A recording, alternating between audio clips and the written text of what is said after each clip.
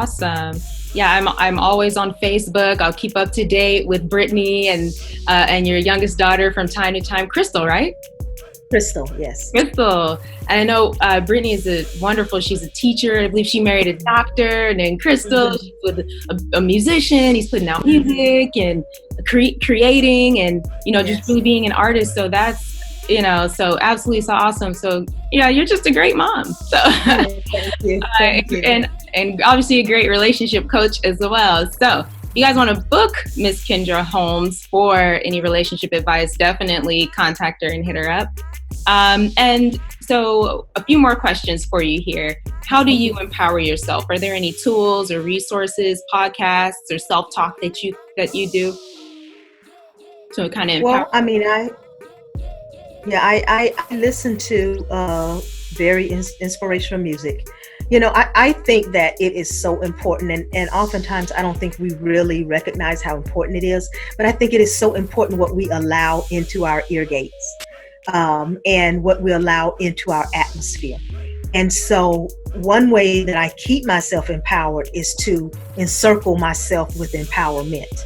I don't allow the negativity in my space. The negativity is going to be there. If you work in corporate America, if you have to deal with people in general, the negativity is going to be out there, but you don't have to play into it. You don't have to become an actor on the stage along with everything else that's actually going on. So God gives each of us a choice. We can choose to get entangled in stuff, or we can choose to walk away. We can choose to say, nope, not going to let that cross in this pathway. I'm not going to let this go into my ear. So I'm very careful. My husband and I both are. We're very careful as to what we listen to on the radio, the music that we allow in our ears, in our homes, in our atmosphere, the programs that we watch on television, because those things are actually coming into the atmosphere. They're coming in to your home. They're coming into the place where your family is, the place where your spouse is, the place, where you spend probably the bulk of your time. These things are filtering in there. And so we have to be sure that we are managing that, because if we don't let it in our space, it won't get in our psyche, it won't get in our mindset, or anything like that. I work in the news media, and so you can only imagine the types of things that I deal with on a day-to-day basis, because we are collecting news. And unfortunately, we live in a world where there's going to be more bad news than good news. I'm one of those reporters, and I have become known as that even on my news team. I'm one of those reporters who seek out positive news. I want to share something good in the midst of everything that's going on.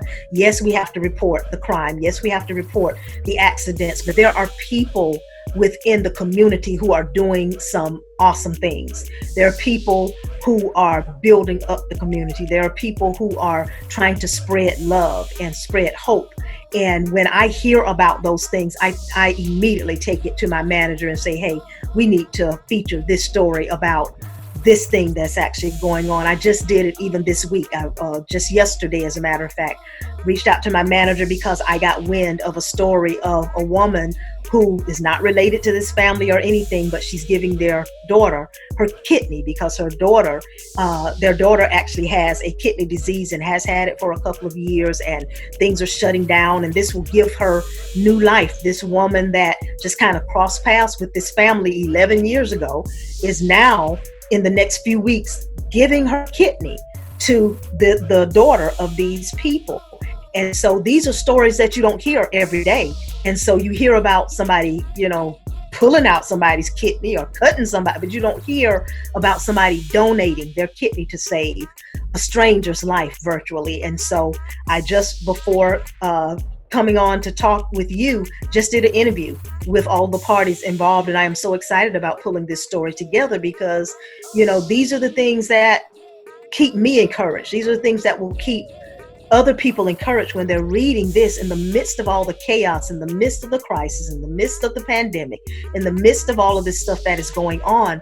There are nuggets of goodness. There are nuggets of greatness that are going on. There are seeds of beauty that just need to be planted so that people can actually watch them grow and see the beauty amongst thorns that are actually also out there. And so that's the way I really keep myself empowered and encouraged, is to surround myself with things that are empowering and things that are encouraging and inspiring. And so therefore it keeps, me in a good space, because I don't want to be in that space where I'm brought down to, all the negative things that are actually going on. So I find myself almost in turmoil and find myself from day to day being angry or being bitter or being sad or being whatever, because that's what I've allowed into my space. And so I try to keep my space clean so that I'll be clean as well.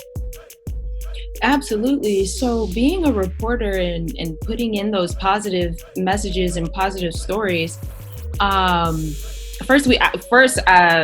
I'd like to know, where can we follow you on any of your reporting platforms, writing, publishing, relationships, social media? And then as it relates to COVID, how can we as the public, how can we, which reporters should we tune into? How can we find positive messages from positive reporters, from even Christian reporters, or just people who are trying to, give us a positive perspective on COVID, anything like that? Unfortunately, it's not probably going to be prevalent. It's not going to, you have to look for it. It's not going to fall in your face, because there's so much negativity out there that really overshadows the things that are positive. But typically in any printed newspaper or in magazines or whatever, even on television with the news, there's going to be some good news in there. It's probably just not going to be what's on the front page, so you have to look for it, because bad news, as bad as this is, bad news sells. And so typically in the news industry, in the media industry, whatever is most negative, whatever is most shocking, that's what's going to get on the cover. That's going to be the cover story. When you go to the newspaper stand and see the newspaper sitting there, the part that shows through the window of the newspaper stand is probably going to be about some murder that happened, some kidnapping that happened, somebody who got killed in some tragic accident or something like that, because that's the shock value. That's the thing that draws people to want to buy it and say, oh my goodness, what is all this about? And then you find the good news buried somewhere in the rest of the paper or the rest of the magazine. So in order to find the good news, you're probably going to have to keep reading or keep watching to actually find it. Other than that, you'd have to search for it, like on the internet, to actually do a Google search for Christian magazines, for inspirational magazines, inspirational speakers, inspirational programming. Everything can be found now through Google.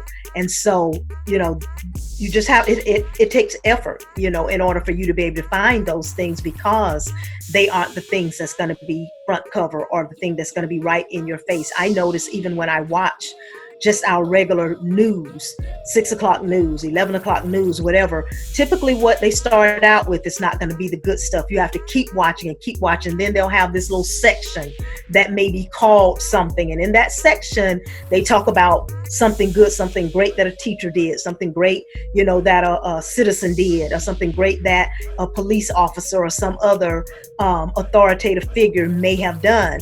But it's going to come in the back end of it. It's not going to come at the very beginning. And that's just an unfortunate truth about the media. So finding people, even with my stories that you find in the newspaper, mine might not be the ones that are on the front cover of the newspaper, because they're unless I'm assigned to cover a crime or assigned to cover an accident, that's not going to be the story that I seek out to write about. So you're probably going to find it on page 2 or on page 4.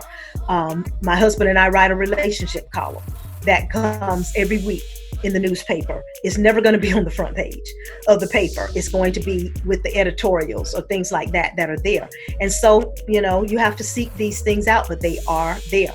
It's just a matter of putting forth the effort to do that. And so for the other part of your question, as far as how people can find my news or follow my reporting, I have not set up a reporter page, quote unquote, yet on social media. However, I always post a link on my Kendra Norman Holmes Facebook page, where I will show an article that I've actually written for the paper. Now with royalty relationship coaching, the relationship article or column that my husband and I write on a weekly basis, royalty relationship coaching actually has a website of its own, royaltyrelationshipcoaching.com. People can go to that website, and there is a link on the website that says columns, and they can click on there, and all of the relationship columns that we have written to date are actually on that page, and they have their own link, so people can click on that link and actually read that particular relationship column. Nice. Well, thank you so much, Miss Kendra, for joining us today all the way from Georgia. I really appreciate it. Thank you, viewers, so much for tuning in to SELFi and talking with us for a little bit. Once again, thank you. Kuawazesha, and until next time.